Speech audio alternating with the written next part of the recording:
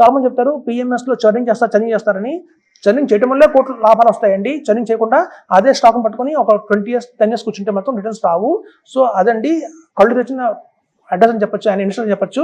So ఆ ఇన్వెస్టర్కి అప్పటిదాకా అనుకున్నారు మనం తప్పు చేసామో అని చెప్పి ఎప్పుడైతే వచ్చి మొత్తం కంపేర్ చేశారో పిఎంఎస్ని ప్రతి ఒక్క మ్యూచువల్ ఫండ్స్తో కంపేర్ చేశారో ఆయనకు అప్పుడు క్లియర్గా అర్థమైంది పిఎంఎస్ ఇస్ ఆల్వేస్ బెటర్ అనుకున్నారు ఆయన. మనం చూడండి మార్కెట్లో ఇవాళ పిఎంఎస్ మొత్తం ఏఎఫ్ కలిపితే 45 లక్షల కోట్లు ఉందండి volume of investments. So public 40 లక్షల కోట్లు ఇన్వెస్ట్మెంట్ చేశారంటే పిఎంఎస్కి ఏఎఫ్కి అందులో ఒక మంచి ఇది ఉందని గుర్తించాలి. కేవలం మన హైదరాబాద్ తీసుకుందాం, కేవలం మన హైదరాబాద్లోనే 10,000 కోట్ల పైన ఉందండి పిఎంఎస్ అండ్ ఏఎఫ్. సో అంతమంది ఇన్వెస్ట్మెంట్ చేస్తున్నారు.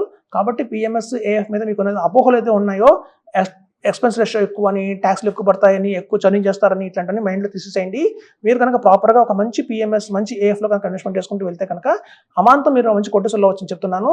సో అపోహలను వేయండి, మంచి ఇన్వెస్ట్మెంట్ చేయండి, మంచిగా స్ట్రాటజీ తీసుకోండి, ప్రాపర్గా ఇన్వెస్ట్మెంట్ చేయండి. మీకు మీ నెక్స్ట్ జనరేషన్స్కి కూడా ఉపయోగపడుతుందని చెప్తున్నాను. Thank you.